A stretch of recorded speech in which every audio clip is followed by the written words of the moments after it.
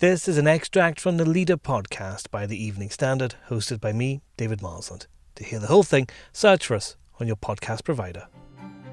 Getting people to stay in their homes at the start of the pandemic was relatively easy compared to the campaign to get them to come back out again.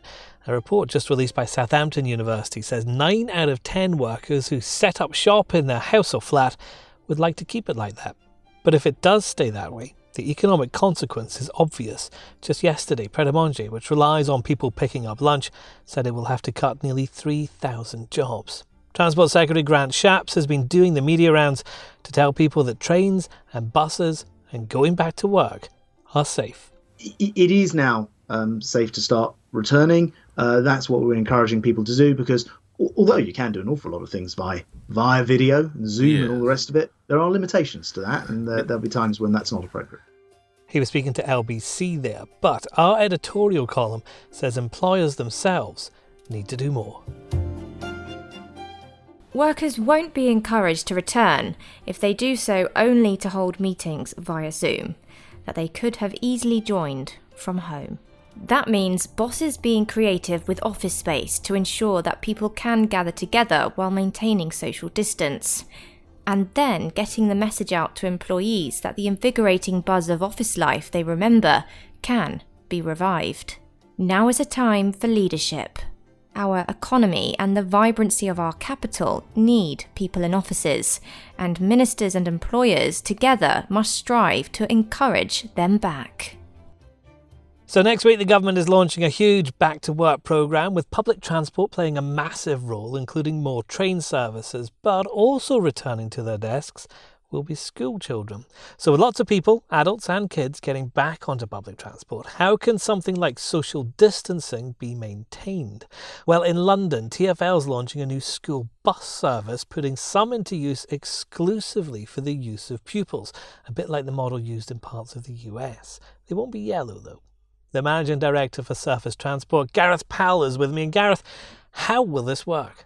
So our top priority is obviously to get our kids safely back to school and to keep everyone else moving across London.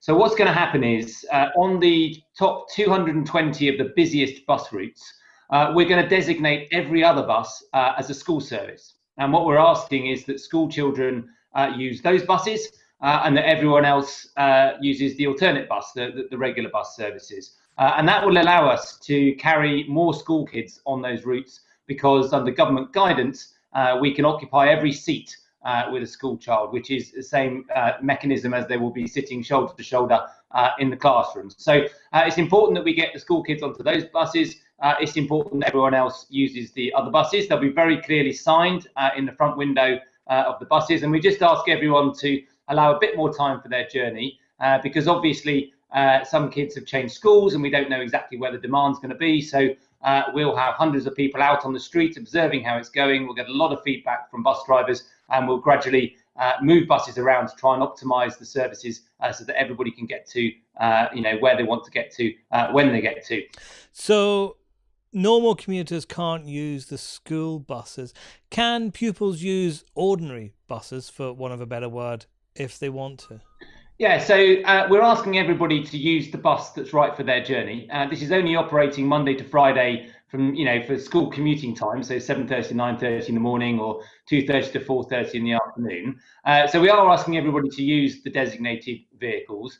We think everybody will want to do that, because I think that will be a better environment for everyone to travel in. But obviously outside of those times, and on the routes that are operating without these changes, because it's not on every bus route in London, then anyone can use any vehicle. It's just that the vehicles are restricted, the double-decker buses, in the number of people they can carry with social distancing to about 30 per vehicle. Whereas, to give you an example, on the dedicated school services with kids on them, that will be up to about 60 people, 60 kids per vehicle. So it's really important to us that we do get people to travel on the right vehicles, because then we'll be able to carry more people overall at this busy time.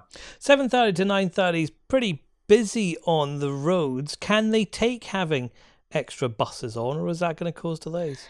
So, they will be able to take the additional buses. But of course, a big concern of ours would be that there's an increase in background traffic. And we would ask Londoners, if you can walk and cycle, please do.